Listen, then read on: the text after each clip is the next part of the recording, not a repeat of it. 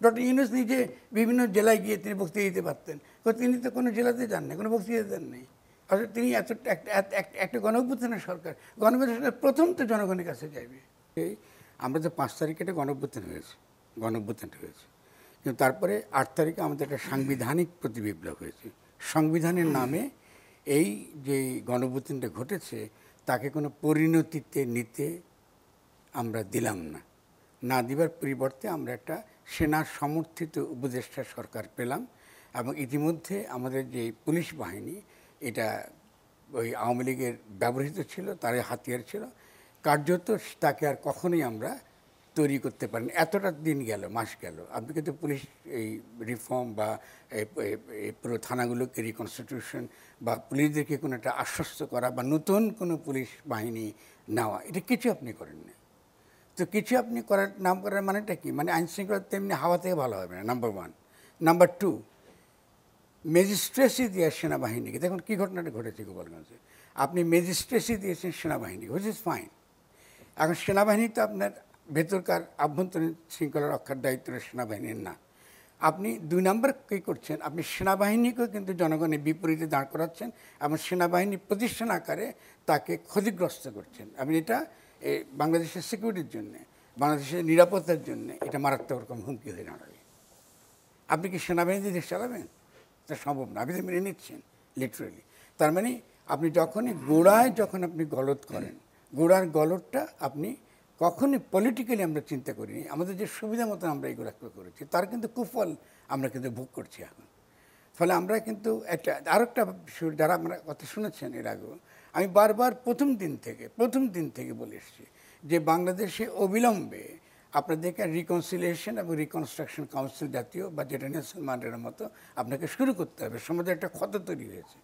আপনার আওয়ামী লীগের বিরুদ্ধে আপনি নিষিদ্ধ করতে পারেন, আমি তার পক্ষে, কোনো অসুবিধা নেই, কিন্তু এটা সামাজিকভাবে তাকে ফেরত নিয়ে আসা, পলিটিক্যালি একটা জাতীয় একটা ধারার দিকে তাকে অন্তর্ভুক্ত করা, কেমন এই অন্তর্ভুক্ত করার কথা আমরা বললাম না বলে কিন্তু দীর্ঘ সময়টা জ্ঞাপন করলাম। আরও মারাত্মক ক্ষতি করেছি যে তথাকথিত জাতীয় ঐক্যমতের কথা বলে। এটা ভয়ঙ্কর হয়েছে ক্ষতিটা কী হচ্ছে বুঝিয়ে বলি। আপনি আমাদের তো একটা গণ ঐক্য ছিল, এই পুরো গণ অভ্যুত্থানটা একটা ঐক্যের ভিত্তিতে হয়েছে। প্রত্যেকটা রাজনৈতিক দল সে ঐক্যের ভিত্তিতে কী ছিল, আমরা রাজনৈতিক দল আকারে আছে, আমরা এই পর্যন্ত শেখ হাসিনাকে আমরা উৎখাত করতে পারিনি, সরাতে পারিনি। ফলে আমরা নির্দলীয়ভাবে অংশগ্রহণ করেছি গণ অভ্যুত্থানে। আমরা অংশগ্রহণ করেছি, অবশ্যই আমাদের কর্মীরা আছে, প্রত্যেকে কোনো না কোনো অংশগ্রহণ, কিন্তু আমরা দলীয়ভাবে কিন্তু আমরা অংশগ্রহণ করিনি। তাহলে এটা আমরা কী দিতে চেয়েছি জনগণকে পাবে, আমরা একটা জনগণের ঐক্য আমরা তৈরি করেছি, একটা উদাহরণ সৃষ্টি করেছি, এটা একটা গণ ঐক্য। এখন গণ ঐক্যটাকে আমি রাখলাম না রেখে আমরা কী করলাম, আমরা আবার পার্টিতে চলে গেলাম, আমরা পার্টির সঙ্গে ডিসকাশন করছি। ডক্টর ইউনূস কী করলেন এতটা আমার সময়, উনি পার্টির সঙ্গে ডিসকাশন করলেন। পার্টি তো গণ অভ্যুত্থান করে না, জনগণ তো গণ ঐক্য করেছে। আপনি জনগণের কাছে একবারও যান নাই, জনগণের কোনো প্রতিনিধিদের সঙ্গে কথা বলেন নাই। কিন্তু এই বিপুল জনগোষ্ঠীর সাথে আসলে সরকারের তরফ থেকে কিভাবে এই আলোচনাটা করা যেত? সরকার কি ডিসি নাই, সরকারি ইউনিয়ন নাই, ঠিক আছে? আপনি তো খুব অতি সহজে এতদিনের মধ্যে খুব অতি সহজে আপনি একটা উপজেলা পর্যায়ে জেলা পর্যায়ে মিটিং রাখতে পারতেন, এটা মনে করি খুব ইজি ছিল। ডক্টর ইউনূস নিজে বিভিন্ন জেলায় গিয়ে তিনি বক্তৃতা দিতে পারতেন, তিনি তো কোনো জেলাতে যান না, কোনো বক্তৃতা দেন নেই। আসলে তিনি একটা গণঅভ্যুত্থানের সরকার, গণঅভ্যুত্থানের প্রথম তো জনগণের কাছে যাইবে। আপনি এই কাজগুলো আপনি করেন নাই, আপনি একটার পর একটা আপনি ভুল করেছেন, ঠিক আছে? এখন তার আরও কত রকম উনি দায় কাঁধে নিয়েছেন, খেয়াল করুন। আপনি বলে এলেন চীনে যে আপনি বন্দর দিতে চান, এবং সেটা কি চীনের জন্য এটা একটা ব্যবসা বাণিজ্যের সুবিধা। এটা তো আপনি ভারতের জন্য তো এটা কি, এটা তো আপনি তাকে কী বার্তা দিচ্ছেন? যদি আপনি এই বার্তা দিয়ে থাকেন, তার মানে চীনের সঙ্গে আপনার নিশ্চয়ই একটা ইতিমধ্যে কথা হয়েছে, আপনার নিশ্চয়ই মার্কিন যুক্তরাষ্ট্রের সঙ্গে কথা হয়েছে, কারণ এটা তো জিও পলিটিক্যাল কোশ্চেন। এখন এটা করলেন না, আমি যে শুরু করলাম, এখন মার্কিন যুক্তরাষ্ট্র যে এখন এই ট্রাম্প যে আপনার উপর যে শুল্ক চাপিয়ে দিচ্ছে আর বলতেছে যে আপনি সমস্ত কিছু আমেরিকার থেকে আপনাকে আমদানি করতে হবে, তাদের মাল খারাপ হলো অনেক চড়া মূল্যে আপনাকে করতে হবে, তাহলে আমরা কি করতেছি? আমরা কি মার্কিন যুক্তরাষ্ট্রের কাছে আবার আত্মসমর্পণ করছি? ফলে এগুলো তো এটা না। আরেকটা 4 নম্বর পয়েন্ট বলি, 4 নম্বর হচ্ছে আপনি বিনিয়োগের কথা বললেন, হুইচ ইজ ভেরি গুড। আপনি বিনিয়োগ চাইতেছেন, আপনি বিনিয়োগ করবেন, এটা তো আমরা পক্ষে এটা।